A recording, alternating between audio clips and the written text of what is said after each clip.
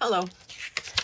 So I had to come on here and share this because um, I am really incredibly grateful to have a doctor right now that is actually willing to do all the tests and rule out everything that can be ruled out first, that is really looking into trying to help me, right?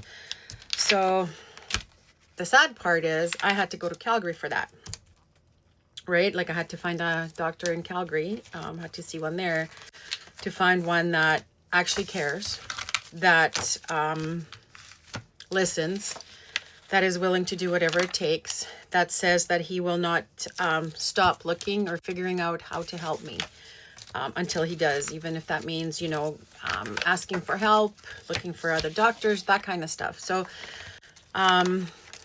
I've had a whole bunch of tests done recently, or in the last little while now, since I think December. He's been sending me for a whole bunch of different tests that he's trying to rule out all kinds of things. Because at this point where I'm at with, which I didn't even realize, he reminded me this morning that I am, March 8th was 3 years since my original cancer surgery, since they removed the tumor. So it's been 3 years of literally dealing with this insanity now. Didn't even realize it. Should have had a party. So here's the thing. Right now, I've only actually met him in person once, and I've done Zooms with him, and oh my God, my hair's crazy, but it's Prolex mask day, so I put the mask in my hair, and now it's like that, and that's what it is. Shiny things, I get distracted. Anyways, so I've had a few Zooms with him, and this morning I had another call. We've had a few phone calls that we do. And I've only actually seen him in person once, but he wants to do all these tests first, and then I'll be going to see him in July again in Calgary. But in the meantime, we had a call this morning because he wanted to go over a whole bunch of the tests that I've had so far and stuff. But the kindness with this doctor, he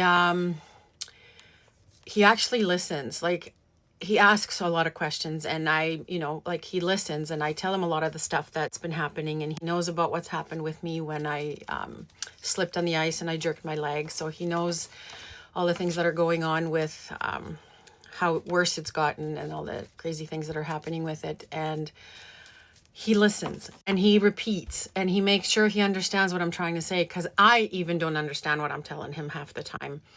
But he's so kind and so invested. Like, he understands, and he keeps reminding me that this is a very complex, insanely complex thing that's going on with my leg, and there's a lot that's been done to it, and he just wants to make sure that I understand, right? Like, that this is pretty severe and it's pretty crazy. And he's thanking me. This guy is thanking me for being patient with him, for doing all this stuff, and for understanding. And I was like, oh my God, no, like, thank you. You're literally the only doctor that is actually doing anything, that is actually researching. And he makes sure to tell me that he's not giving up on anything, that he's going to keep looking for answers. Just all those kind of things, right? And the nerve doctor that he sent me to apparently is the best in the country, and he actually teaches people and stuff. And so he's sending me to these places that are like, with top people that, he trusts and stuff. And but just his whole demeanor, and like, honestly, I can't believe that he's actually he's thanking me. Like, no, I'm thanking you. And he says that he's never had a patient like me that documents everything so well, and make sure I have all the information. And we talked about all the stuff that I've learned when I'm going into this Facebook sites for CRPS, and I read all the stories, and people talking about their symptoms, and then I'm listening and saying, okay, well, I've got those same symptoms. That means, because I honestly think I'm crazy sometimes, that I'm imagining a lot of the stuff. And he reassures me that I'm not imagining all this stuff, that it does happen. But, we were talking about all that, and I talked to him about Italy and what they're doing there. And I talked to him about that US is actually going to be doing trials on this, the medication that Italy is using. And I was telling him everything, and he wants, he listened and stuff, and I know he probably didn't write it down, but I said, I can, like, cause I document everything I do, right? Like my pains that come and go, that new pains that start up, everything that we try or that I do and all that. So,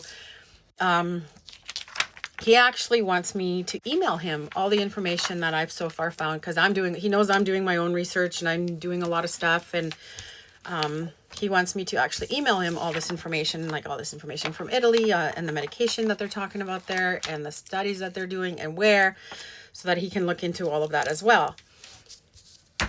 I had to go to Calgary for that, you guys. Like,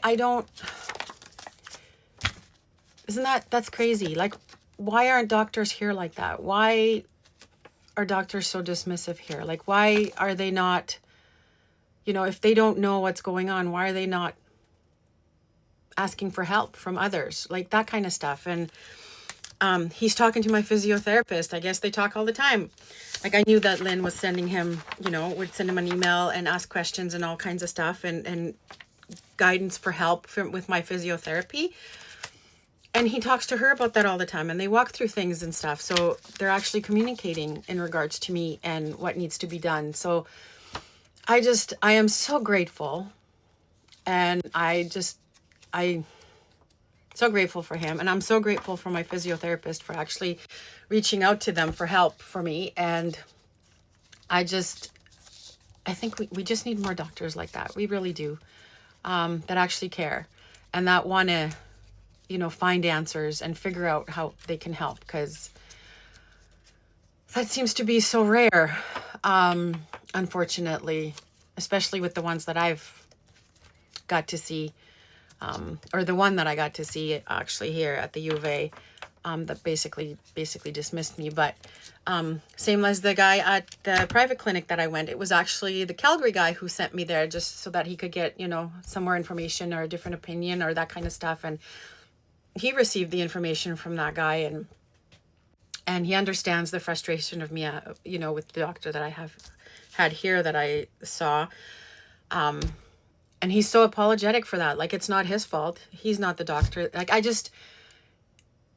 hope he never loses that, because he's an incredible doctor, and I am so blessed to have him.